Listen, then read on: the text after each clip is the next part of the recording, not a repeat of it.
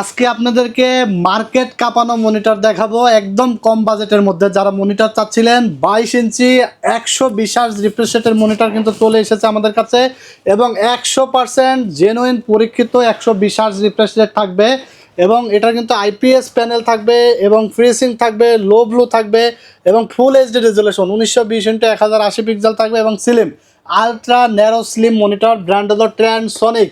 Genuine 120 হার্জের IPS display monitor, 3 বছর replacement warranty সহকারে।